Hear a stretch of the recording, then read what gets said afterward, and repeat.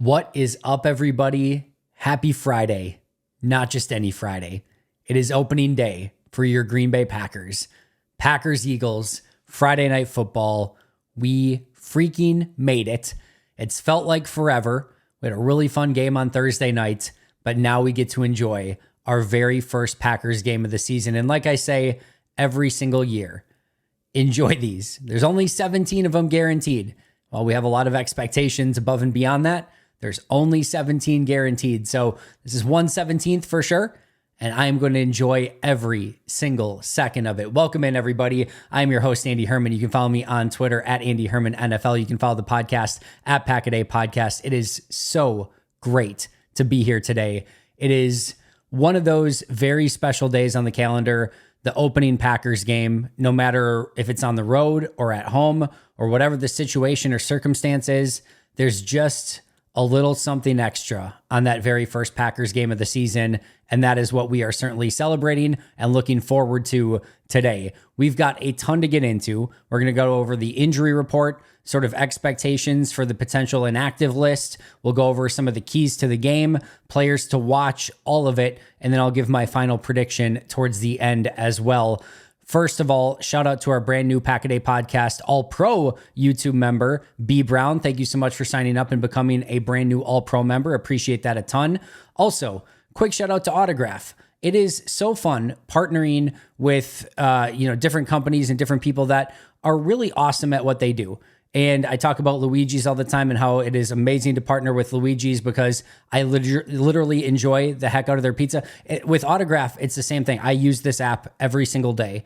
It is so fun to use. It is my one-stop shop for everything Green Bay Packers. Conveniently, the Pack-A-Day podcast is out there every single day, but you can find all of your other favorite Packers podcasts. Just make sure the Pack-A-Day one goes first on that list. But you can also find your favorite Packers writers and articles that are out there. You can interact with other Packers fans, get Packers tickets. It's all there in one spot. And they just went live. Beta testing is done. So now is the time to go out and get yourself the Autograph app. You will not be disappointed. It is worth it. And you can use the code Pack-A-Day to get signed up. Make sure to do that as well. But super fun app, and make sure to check it out if you have not already. Before we get to Packers and Eagles, let's quickly talk about Ravens Chiefs. We had our first game of the season. It was very NFL-esque in all of the right and wrong ways. I tweeted out, find something you love as much as the NFL loves emphasizing a new rule to death to begin every season. And I don't know if this was just a one-off or if we're going to have to worry about Rasheed Walker and Zach Tom on illegal procedure penalties all throughout the game on Friday Night Football, because that's why people are piling into Brazil and that stadium. And the first time ever playing in Brazil is to see the referees just do this thing the whole entire game. But I understand that they're trying to get that maybe unfair advantage for offensive tackles outside of the game. But my goodness, we've got to find a way to make this a little bit easier to digest while you're going through this process, because that was a little bit painful at times to see so many penalties on illegal procedures. And to the NFL's credit, I guess, they were calling it, and the Ravens are the ones that needed to adjust, and they clearly did not do that through the course of the game. But hopefully this is not one of those things where we have to constantly be talking about, oh my goodness, this is like the 400th illegal procedure penalty I've seen over the course of week one, and then by week 4 they completely forget about it or whatever. But either way, that's something at least I'm going to be keeping an eye on Packers Eagles. Is that a thing now that we have to worry about? Kick return rules from Ravens Chiefs. Basically what we talked about, right? Justice and I talked about it very early on when these new rules got sort of implemented, and he's wrote about it quite a bit. The change that they made to the touchback only coming out to the 30 instead of the 35, to me, is the complete game changer here. Now, we saw a couple returns. The only one that did not make it out to the 30 made it past the 30, but there was a holding penalty. And otherwise, they would have all made it past the 30. And then the vast majority of the ones, because of that, I think, and because the expectation is that most teams probably will get it past the 30, is just to get it either out of the end zone or in the back of the end zone enough so that the team just kneels it down and you get the ball at the 30-yard line. And if the goal and incentive was to make it so that you would have more returns, I don't think this is going to be the solution, and the NFL might need to change it so that the touchback goes to the 35 rather than the 30 if they do truly want to incentivize kick returns, because this clearly, at least from one game in, is not going to be the solution if that is their goal.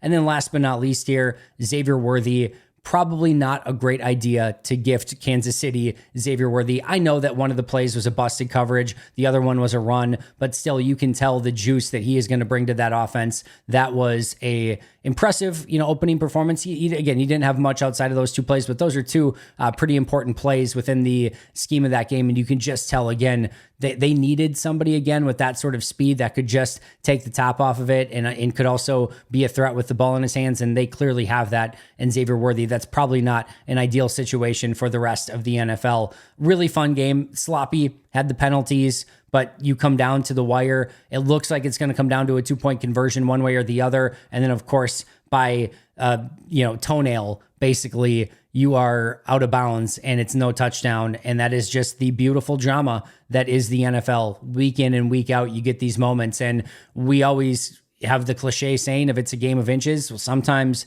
it is very much a game of inches. And that was clearly the case on that particular play. And it all came down to that. I would have loved to have seen the 2-point conversion, game in the balance, game on the line, but it certainly did not stop the entire drama from that game, with likely being, again, just barely out of bounds and ending the game on that final play still. So very, very entertaining game. And my biggest takeaway from it, I think I love football even more. I didn't think that was possible, but after so much time away, I think I'm even more ingrained and more excited about this season. So bring it on, and let's get right now into everyone's topic that we want to go over, Packers, Eagles. Let's start with the injury report that we got on Thursday. I'm still trying to go through my days since a Friday game, which is still weird, but our injury report from Thursday, Edgerrin Cooper, Romeo Doubs, Carrington Valentine, all practiced in full, are not given any designation on the injury report. All three of those are going to be good to go. So Cooper, Doubs, Valentine, all good to go. Then you had the two running backs, Emmanuel Wilson and Marshawn Lloyd, both listed as limited, both listed as questionable. Wilson with a hip, Lloyd, of course, with a hamstring. And then finally, Tucker Kraft, limited in practice, and then questionable with his back injury. Tough to say here what is exactly going to happen. Clearly, Cooper, Doubs, and Valentine, like we said, good to go. My guess, just my guess, not reporting it, just a prediction, I think we will see Emmanuel Wilson be the number 2 running back in this game. I think Josh Jacobs will be the 1. I think Wilson will be the 2. He did practice all week, even if it was limited on a couple different occasions. Usually, if you're not going to play, you have at least one day during the week where you don't practice. The fact that Wilson went in some capacity all week would lend me to believe he probably plays in this one without knowing the severity of the injury or anything else. That's just my hunch. And I think he will end up as the number 2 running back. And then the question will be, do you want to go with Lloyd as the 3, or do you want to make sure that there's another completely healthy running back as the number 3 in this game? Maybe keep it or take it easy a little bit with Marshawn Lloyd, let him sit this one out, have another week before he plays maybe against the Colts next week, and then activate Ellis Merriweather, who your hope would be never has to touch the ball on offense. But if you do end up with a situation where Emmanuel Wilson's injury flares up or Josh Jacobs were to go down, you at least have somebody in Ellis Merriweather who comes into this game completely healthy. He's been on the roster since in the practice squad, I should say, at least since middle of last year.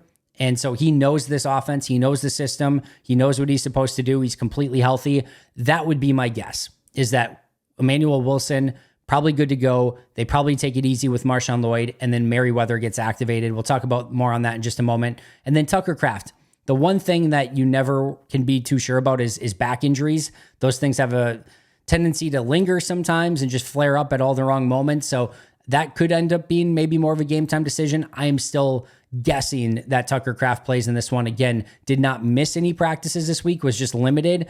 Hopefully it's more precautionary. And my guess is he's probably going to play in this one. And to some extent, maybe we would see a little bit less 2 tight end sets and maybe a little bit more some Musgrave and maybe a little bit more Ben Sims in this one, and maybe take it a little bit more easy with Kraft. But my guess is he gives it a go and tries to get in there as much as he possibly can without having it be anything where you're risking further injury to that back. So that's the Packers injury report. Eagles is a little bit more cut and dry. They only have 2 players on it, Devin White, Isaiah Rodgers, and they're both out. Of course, Devin White, their big free agent signing at linebacker, and then Isaiah Rodgers, their corner, who probably was going to play a decent amount in this game, but now he will not. And it's going to be up to really Philadelphia on how they want to fill that, if it's Eli Ricks or Keely Ringo.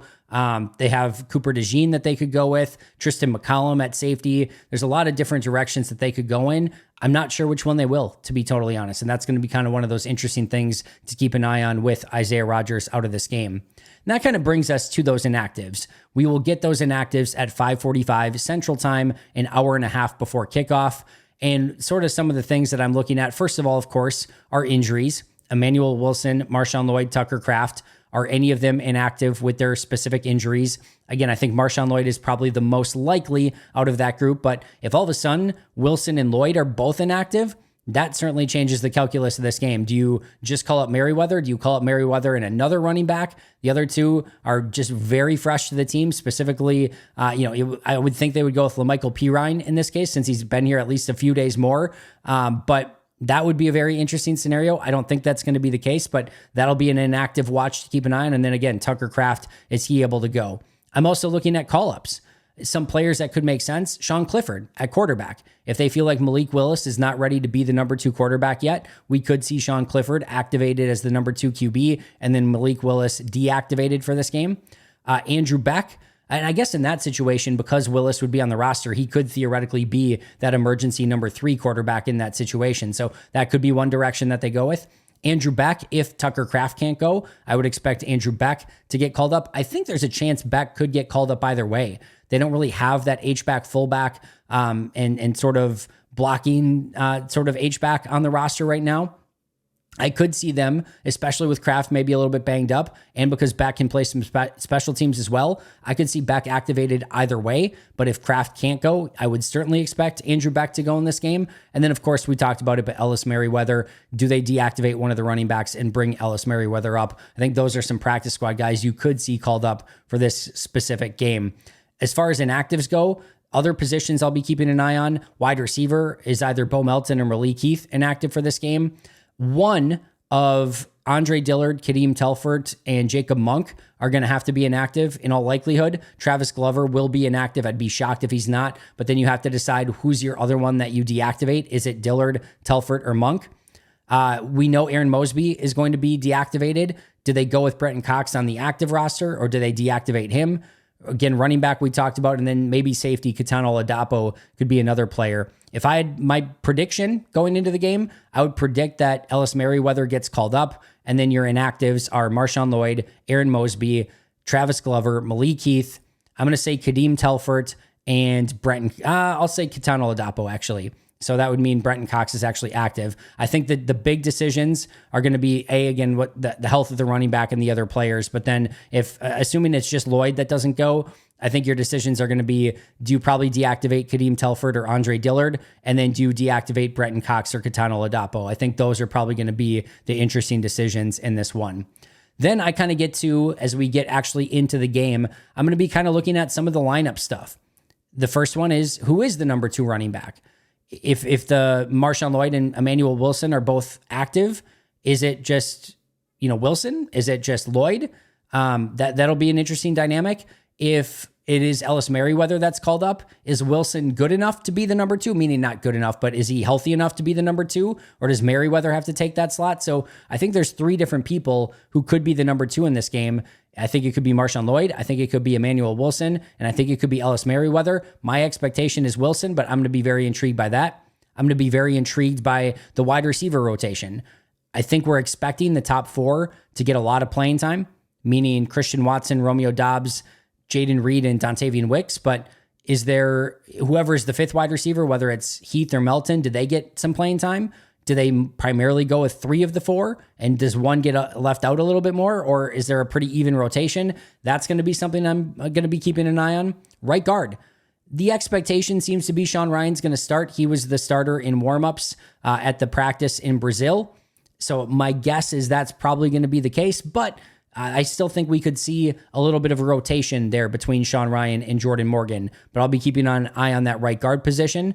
Does Edgerrin Cooper get any snaps? I think this is a potential game where you've got a QB where you can maybe use an extra athlete at linebacker, maybe spy a little bit, maybe blitz a little bit. Does he get 8 to 10 snaps, or is he just special teams only? Or does he surprise and maybe even get more than that? I think that's going to be interesting. Do we see any Javon Bullard in the slot, or is that just strictly Keyshawn Nixon? And then do you find ways to get Evan Williams snaps? The ways to get Evan Williams snaps is by putting Javon Bullard in the slot in all likelihood. So all of those things are going to be some lineup sort of things for Green Bay that I want to keep an eye on and see how are they managing the snaps for a lot of these different players and some of the more unique stuff or niche stuff like backup running back and things like that.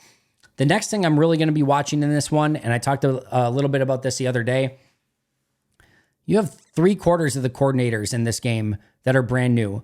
You have a new defense in Green Bay and a new offense and a new defense in Philly. Week 1 is chaos as it is. You don't know what's going to happen in week 1. You don't know what team is maybe a little bit more prepared and maybe another team isn't quite as prepared. Plus, you're playing a game in Brazil.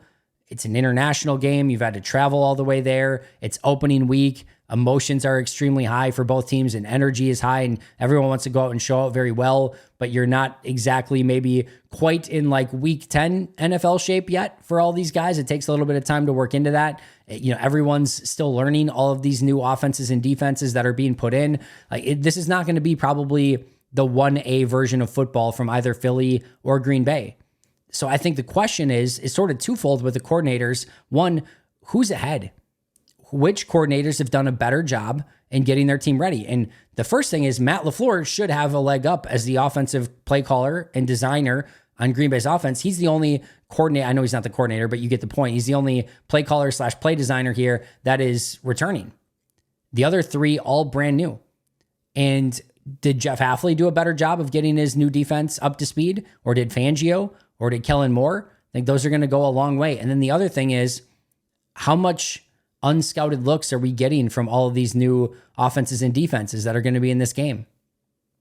You could argue that it's a benefit because none of these groups are probably going to be masters of their craft in this new system yet. But you also are going to see a lot more unscouted looks. You don't have any tape of what this Eagles offense really looks like with Kellen Moore. You don't have any tape of what this Eagles defense looks like with Vic Fangio. You don't have any tape of what this Packers defense looks like with Jeff Hafley. So I think that is a very interesting dynamic in this game and just which of those groups are maybe more ahead than the other. Some other things that I'm going to be watching very early in this game. This is one that I watch pretty much every single game, but going to be keeping an extra eye on the line of scrimmage. And just to kind of go along with that, who can establish the run first? The Eagles are going to try to get Saquon Barkley going. The Packers are going to try to get Josh Jacobs going. And the team that is more dominant up front and can get that going sooner is going to be at a huge advantage. If we get in this game and we see that Green Bay's offensive line is getting pushed backwards by Jalen Carter and Josh Sweat and Bryce Huff and company, all right, well, that's probably going to be a problem. And vice versa. If this Eagles offensive line can't contain Kenny Clark, Rashawn Gary, Devontae Wyatt, that's going to be a problem for them. But if the Eagles offensive line is getting good movement on that Packers defensive line and they're not holding up and not getting penetration, advantage Eagles. And vice versa. If Josh Jacobs is running all over the place and Jordan Love has time to throw, advantage Green Bay. So I'm going to be keeping an eye on the trenches very early. And again, which team can establish the run first? I'm really going to be watching these Eagles corner matchups against the Packers wide receivers. And I guarantee you, Matt LaFleur will be as well. He's going to watch early. He's going to probably see, my guess is first, 7.5 minutes of this game. My guess is you see Christian Watson lined up all over the place, Romeo Doubs lined up all over the place, Wicks lined up all over the place. Probably see a lot of Reed in the slot, but he might even get some snaps elsewhere just to see what corners are matched up with what wide receivers and what Philly's goal is and what they're going to do to try to take away these wide receivers. Same thing with Kraft and Musgrave and what linebackers and safeties are used on those guys. That first 7 minutes, of course, Green Bay's offense is going to still go down and try to score and get points, but that's going to be a lot of information gathering for Matt LaFleur. And then as the game goes on, he's going to see what mismatches that he can really exploit in this game. And I think that's going to be something that's really fun to sort of see is if you do get a Quinyon Mitchell in an advantageous matchup for Green Bay, with a wide receiver that maybe he's going to struggle to cover in his first game as a rookie. Do they exploit that a little bit more? These are the sort of things that Matt is so insanely good at. So I'm going to be keeping an eye on just how does Philly go about trying to match up with this Packers offense, specifically the corners, but I think the safeties and linebackers with the tight ends and running backs are going to be very interesting as well. And next is Jeff Hafley's defensive design. I talked about this on the happy hour on Thursday. Somebody asked me of what we've learned from Jeff Hafley's defense so far. I said nothing. It's all vanilla. It's all fake. It's all fool's gold. We don't know anything. This is going to be our first real introduction to Jeff Hafley's defense, for better or worse. And I think no matter what, if it looks bad, just know that this is not the final iteration of this defense. It takes time. If it looks great, maybe you just caught Philly on a bad day. It doesn't necessarily mean that they're a great defense either. Try to temper those expectations a little bit one way or the other, and just know that this is going to be a journey. And this is the very first words that are written about Jeff Hafley's defense in Green Bay for what is hopefully going to be a very long story to come. So I don't jump to too many conclusions, but that being said, I'm going to jump to some conclusions. I'm kidding, but I want to see what this defense actually looks like in this first game and get our real first introduction to Jeff Hafley's defense and scheme. I want to know if Jair travels or if he stays, meaning is he just a left corner, or is he a left corner that is going to travel wherever Devontae Smith goes? Is he going to travel wherever AJ Brown goes or Jahan Dotson? I don't think it's going to be Jahan Dotson, but you get my point. Is he going to travel a bit? Or is he just stationary at one spot? Same thing with Eric Stokes. And I really want to see how they deploy these corners and if there is a little bit more flexibility and adaptability, or is it pretty stringent still and Jair's just going to be left corner? Want to see if Green Bay can get some mismatches with those linebackers. No Devin White. I want to see what Zach Bond and Nakobe Dean can do. Can Green Bay take advantage of that? And then from an other side of things, from Philly's side of things, can they get Green Bay out of their one safety looks? Meaning, I think we're going to see a lot of single high safety, or at least pretend to be in single high safety, and you're going to have that extra safety in the box. Philly's going to want to run with Saquon Barkley. So they're going to do everything that they can, maybe taking some shots early down the field. Can they get Green Bay out of that single high safety look and get that extra safety or defensive back out of the box and back further in the post, or having to maybe play too over the top because they're just beating you too much deep? So I think that's going to be one of the other ones as well that I just want to see. Can Green Bay keep Xavier McKinney or Javon Bullard in the box to help with Saquon Barkley? And if not, does Barkley just go off then? Is there just not enough numbers to stop and contain Saquon Barkley? All those things are what I'm going to be watching early in this game. Some key matchups as the course of the game goes on. I think this is a massive, massive game for both Eric Stokes and Keyshawn Nixon. This is welcome to playing man defense in this game against some of the better man cover or man beating wide receivers in the entire league, specifically in Devontae Smith and then with AJ Brown as well. Jahan Dotson, not too shabby either. That is a really good matchup for Philly. I'm interested to see again what Jair does. I actually kind of like Jair on Devontae Smith, and I kind of like Eric Stokes on AJ Brown with maybe a little extra safety spine, or maybe a robber, or maybe just a little bit of extra vision on AJ Brown with Eric Stokes in coverage. And then I think you get Keyshawn Nixon on Jahan Dotson. But of course, Philly's going to try to mix that up and make it not easy for Green Bay just to sort of set it that way. But either way, I'm interested to see again how Green Bay aligns those corners, and then do Stokes and Nixon hold up? If you're going to go 3rd and 13 man coverage, those guys are going to have to hold up against some really, really good wide receivers. That is going to be a massive, massive key in this game. In fact, I don't know that there's anything bigger than Stokes and Keyshawn Nixon for this game, sincerely. Those wide receivers are dynamic for Philly. That's going to be a tough day at the office. They're going to give up some plays. But if they can be good, they don't have to be great, but if they can be good, that gives Green Bay a really good chance to win this game. Josh Myers and whoever ends up being the right guard, again, I think it's Sean Ryan, maybe a little bit of Jordan Morgan, but those two against Jalen Carter.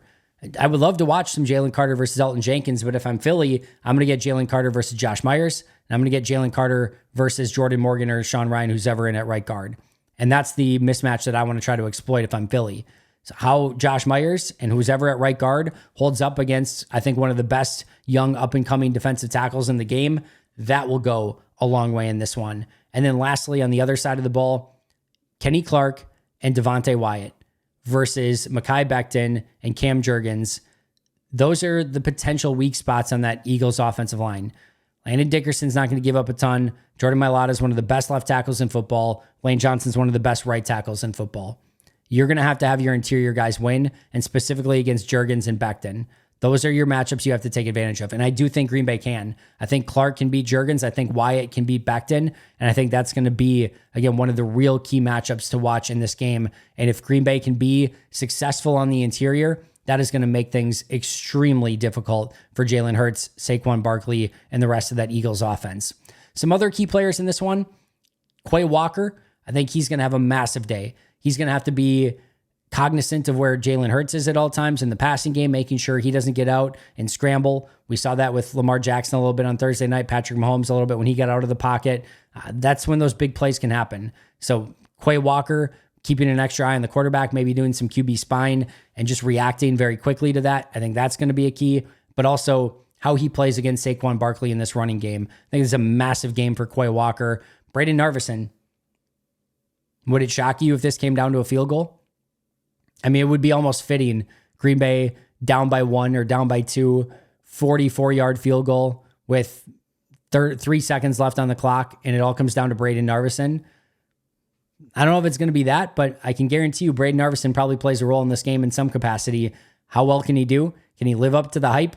We will see, but that's definitely another key player in this one. And then lastly, Rashawn Walker. I went with Rashawn Gary and Rasheed Walker and tried to combine them into one person, which would be a pretty scary individual. But Rashawn Gary, to me, if Gary wants to make that jump, right, to dominant tier 1 defensive end, and let me just be very clear here. In order for Rashawn Gary to be an awesome, great Green Bay Packer, it doesn't necessarily mean he has to get to tier 1 defensive end. He doesn't necessarily have to be TJ Watt or Max Crosby or Aiden Hutchinson or one of these just dynamic, unbelievable defensive ends. He is unbelievably valuable to this team and a great defensive end, top 10 in my opinion, no matter what. But if he does want to be considered one of the best pass rushers in the NFL, you can't just do it against scrubs. You got to do it against the Jordan Mailatas and the Lane Johnsons of the world. It's a really tough matchup for any defensive end against those two offensive tackles. They are fantastic. But if you're Rashawn Gary and you want to be the best, or at least in that conversation, this is the game. Go out and show out against two of the best offensive tackles in football and show that you can be that impact, dominant defensive end no matter who is across from you, game in and game out. So I think this is a big game for Rashawn Gary as well. And I'll just add on top of that, Rashawn has had a propensity to get too far upfield, create that lane for the quarterback to step up into, to either throw the ball downfield or get yards with his legs. Rashawn has got to be far more disciplined in this one than he has been with mobile quarterbacks in the past. Some game planning on offense. If I'm Green Bay, I want to get those linebackers moving. I talked about this a little bit the other day, but I might start out with some reverses and some jet sweeps, and I want to get those linebackers going horizontally and really stretching the width of the field. Then I kind of want to come back, and once those guys are maybe spread out a little bit more, I want to hit them inside with Josh Jacobs. And then once they start coming up for Josh Jacobs, now I'm going to go play action and try to get over the top to maybe a Tucker Kraft or a Luke Musgrave. Of course, it's not as easy as that may seem, but that's kind of like a general of like, can you get them going horizontally, then up at the line of scrimmage, then vertically? I just think that way you kind of just keep them off kilter and not really ever knowing what to expect or what's going to come next. And that's a great place to be in when you're going against two linebackers like Zach Bond and Nakobe Dean, where I think there are some vulnerabilities there for the Eagles defense. And then if you're Jeff Hafley, my goal, I want to get Jalen Hurts to have to make quick decisions. And what I mean by that is I don't want him to get comfortable. I don't want him dancing around. I want him in a new offense that he probably has not mastered yet to have to really be thinking on the fly. If I can get pressure, does he make a mistake thinking a receiver is going to be one spot, but they're not, and it ends up being an easy interception? Can you create chaos and havoc for Jalen Hurts and make it so that he is so uncomfortable and that he maybe just doesn't have this offense on full lock yet, which would be understandable. But that's what I want. I want to see him uncomfortable and just not knowing exactly where to go with the ball. And I think Jeff Hafley has that in his wheelhouse, but now can you execute it game one in a neutral stadium against a very good quarterback and a very, very talented offense? My prediction for the game, I'm going Packers 23, Eagles 20, a 3-point victory for your Green Bay Packers. And I'll end by saying this. Everything that I just said, it's fun talking about this, right? And I know a lot of you guys are here because we love nerding out about who's going to be the final, inactive, who's going to be the practice squad call up, some of the key matchups to watch. Now's the time. Throw all of it out the window. It's been great talking about it. We've had months to dig into every tiny piece of minutia that we've been able to get our hands on. And now it is time to watch football. Watch it. Enjoy the hell out of it. We will dissect the hell out of it as soon as it is done, good, bad, or ugly, or amazing, whatever spectrum it lies on. I'll be back with you guys. I'm going to do a pregame show before the game, 6 p.m. Central Time, bringing you right up to 7 p.m., 15 minutes before kickoff. And then as soon as the game is done, my hope is to do maybe a 30 to 45-minute live postgame show right on YouTube as well. And then, of course, I will do an episode for the next morning, and we will be off watching tape on Saturday. And then Sunday, we'll kind of go over some of the key takeaways from the film review. And like I said, we will dissect everything then. But for now, enjoy the hell out of the game. We deserve it. We've waited forever for it, and now we get it. Packers, Eagles, Friday Night Football. Enjoy it, everyone. It is going to be amazing, and I cannot wait to talk to you before the game, of course, but especially after the game so we can finally get a real first taste of the 2024 Green Bay Packers. Shout out to our Hall of Fame and All-Pro members, Most Hated Minnesotan, PJ Wayne, John Wild, Shea Dad, Brandon Paletta, Jennifer Wright, Boom Handle, Donald Lee, Lori Lord, Baby QB, Dave McCluskey, Donald Decker, Dan Miller, Alex Huang, Arnaldo Espinoza, Peter Ritaka, Caleb Cookster, SoCal Pack, Dan Guestford, Love and Football, Jay Zimmerman, and B Brown. I will see you guys tomorrow pregame. But until next time, and as always, go Pack Go.